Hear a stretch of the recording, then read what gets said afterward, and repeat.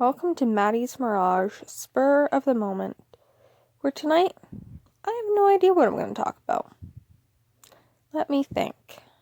Oh, I have a cat in my room. I have weird dresser. Oh, I have a dog on my feet. Let's talk about dogs. Wild dogs, not so wild dogs, domesticates, all kinds of dogs. Now, I've never been a dog person. That all happened because when I was 7, I was bit by a big dog, and hence didn't like dogs. I still have a scar from it, actually, and it was a big dog, so I was scared of big dogs. Now, I've always been a cat person.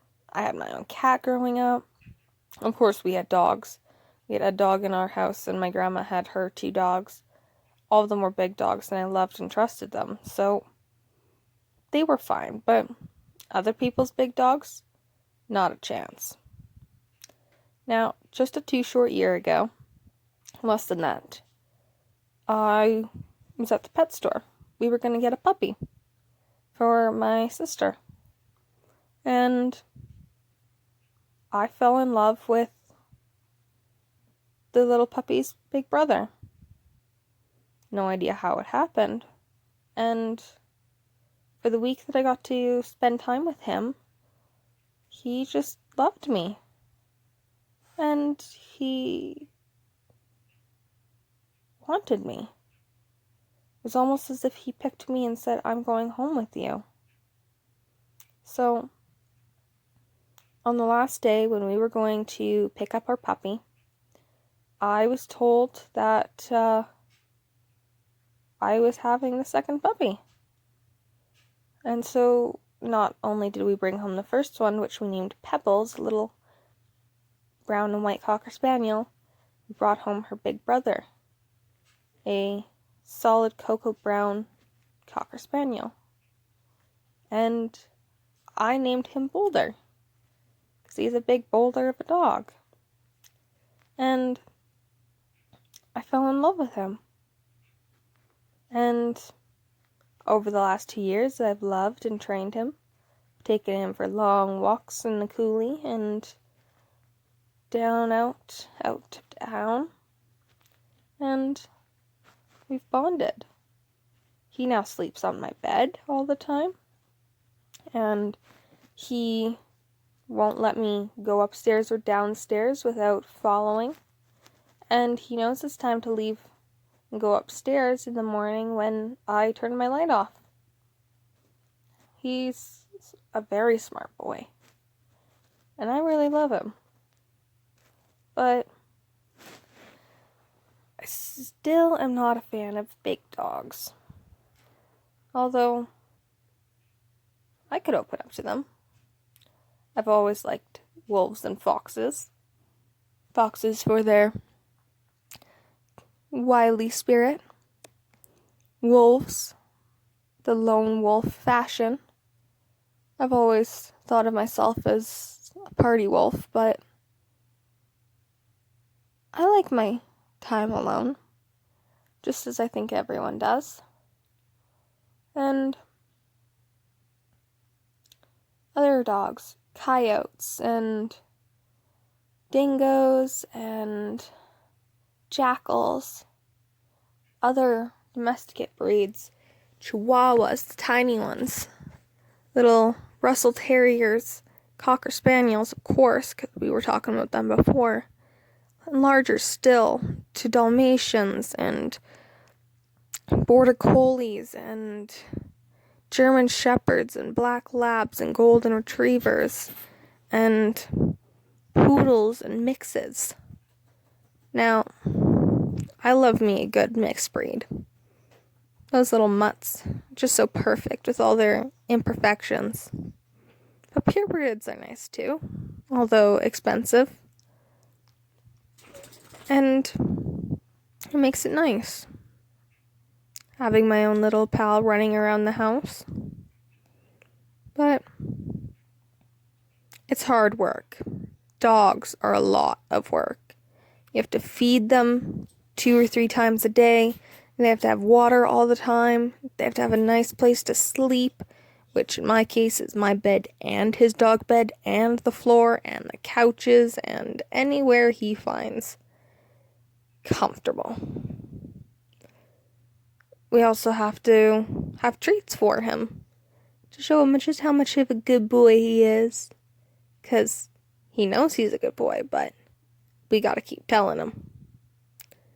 And when he does a no-no, and he poops on the floor or pees on the carpet, and we have to tell him no and put him outside so that he can do his business out there. When he eats something he shouldn't, when he's sick, and we have to take care of him. We have to do a lot for little dogs. And the same can be said about cats, them needing a lot of work. But tonight we're only talking about dogs, so we'll stick to the conversation of dogs. And in a future video, I might just spur of the moment talk about cats. Now, you probably guessed it. Dogs are man's best friend. I don't believe that. I believe man's best friend is whoever he attaches himself to. Now, my best friend for the longest time was a cat.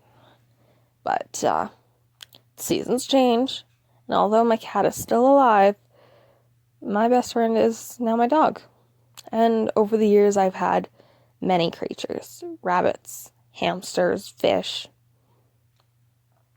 and of course people. But my best friend's either my little sister or my doggy. And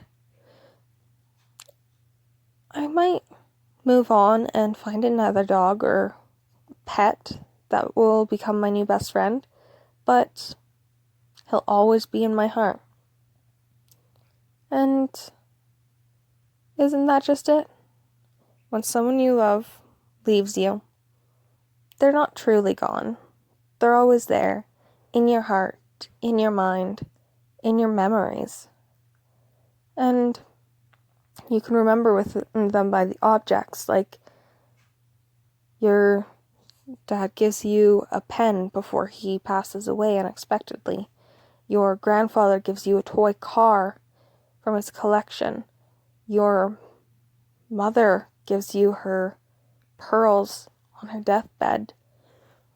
Your best friend leaving you a scrapbook of your memories. It's all together. Everything you had about each other. Everything you remember. It's all there. Just waiting to be remembered. Now, I'll never forget any of my pets. I could name all of them, but it's difficult to move on sometimes. And moving on is a challenge we must go with and try, even if we don't succeed. We have to succeed as we fail. Even if we're not doing it right, we've got to make sure that it gets done. And although even if we mess up and slip, we're still trying.